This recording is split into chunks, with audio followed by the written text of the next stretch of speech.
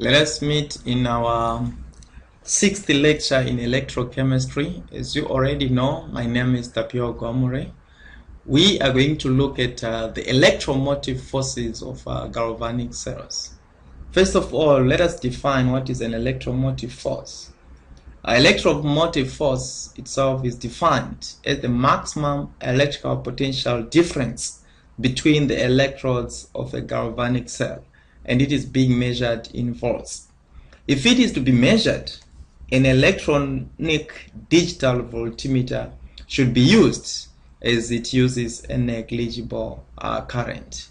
So we want to avoid a situation in which our electrical current itself is being used by our instrument which we are using, in this case our digital voltmeter. So we are using an electronic digital voltmeter which uses a negligible electrical current. So now we want to see how are we going to calculate the EMF of our cell. So we can write now calculation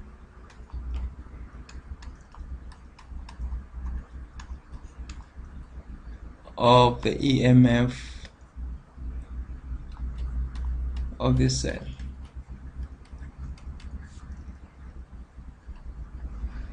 Right, so we normally use our equation. Our electrode potential of our cell is equal to the electrode potential of the cathode minus the electrode potential of the anode. Or we can find the electrode potential of our cell from this equation. The electrode potential of the cell is equal to the electrode potential of the oxidizing agent minus the electrode potential of the reducing agent. Right? So now let us have an example and see how we are going to actually apply these particular equations in the calculation of our electromotive force. So let us have an example. Right? So one of the first practical galvanic cells to be used was the Daniell cell, which was invented in 1836. The half reactions involved in this cell are, let us use what we have done from our previous lesson, that is lecture number 5, in which we were having our electrode potentials of our cells. If you can go to your electrode potential table, you see to it that we have our zinc 2 plus 2 electrons, and we have a reversible reaction there. We are forming zinc. The electrode potential of this particular reaction is given as minus 0.76 volts. Right? If you take that one for copper, it is written as copper 2 plus 2 electrons.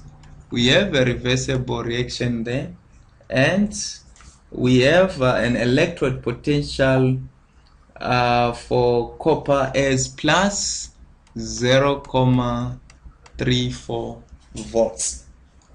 Right?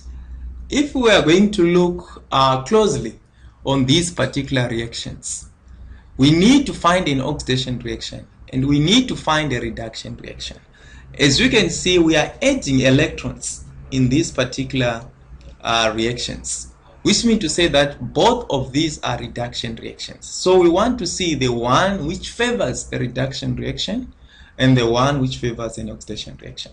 As you can see, that one for copper 2 plus itself is positive, and then that one for zinc itself is negative, which means to say that this one is a spontaneous reaction, that one for copper. So our copper favors a reduction reaction as compared to zinc. So at the end of the day, there is need for us to reverse our zinc.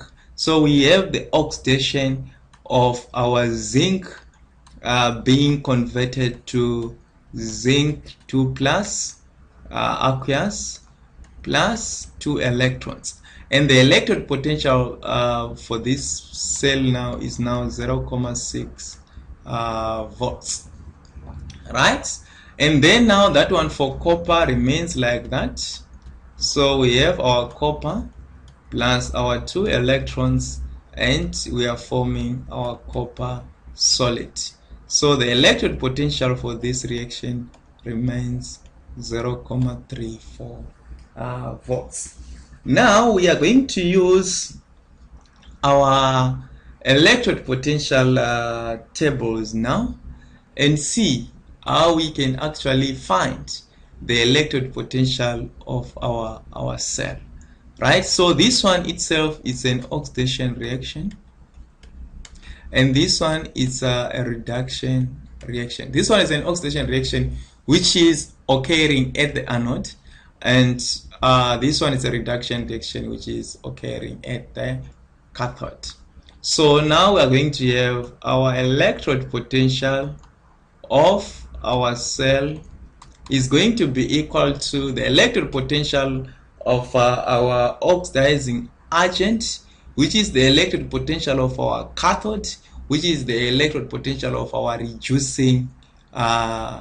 reduction reaction.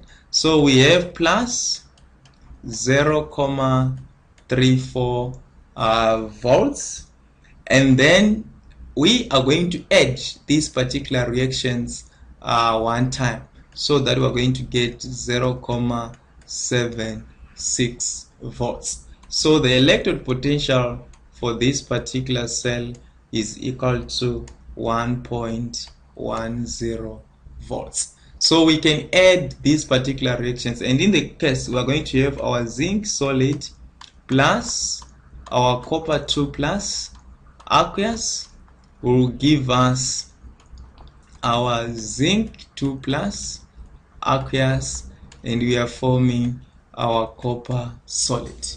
So the electrode potential for this particular reaction is equal to 1.10 volts. So that one is our EMF of our cell at standard conditions, right? So this one is the theoretical maximum value and might not be achieved in practice.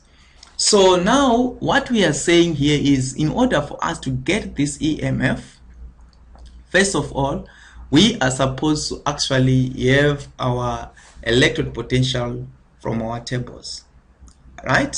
We have our oxidation and our reduction reactions, right? If we want to use the formula, right, there is no need for us to reverse the reaction. We just take our electrode potential straight from the table as it is, right, and we use the formula. So what you are going to do was, you are going to have the electrode potential of your cell is equal to your electrode potential at the cathode, which is 0.34, minus the electrode potential which is at the anode. So you are going to have 0.34 minus 0.76. We're also going to get the same answer, 1.10 volts. Or you are going to use this particular reaction, saying you find your oxidation reaction, you reverse the sign, and you just add the two reactions. Remember, you must balance your electrons. So at the end of the day, you have your zinc solid plus your copper 2 plus, giving you zinc 2 plus plus copper solid. And so the EMF, which is our electrode potential of this particular cell, is 1.10 volts. So the EMF of a cell depends on the concentrations of the ions in the electrolytes and on the pressures of any gases are involved. And remember, these particular reactions are supposed to take place at a temperature of 25 degrees Celsius or 298 kelvins. A cell's EMF is a measure of the driving force of the cell reaction. And as the cell reaction occurs, the concentrations of the products increase and the concentration of the reactants decrease.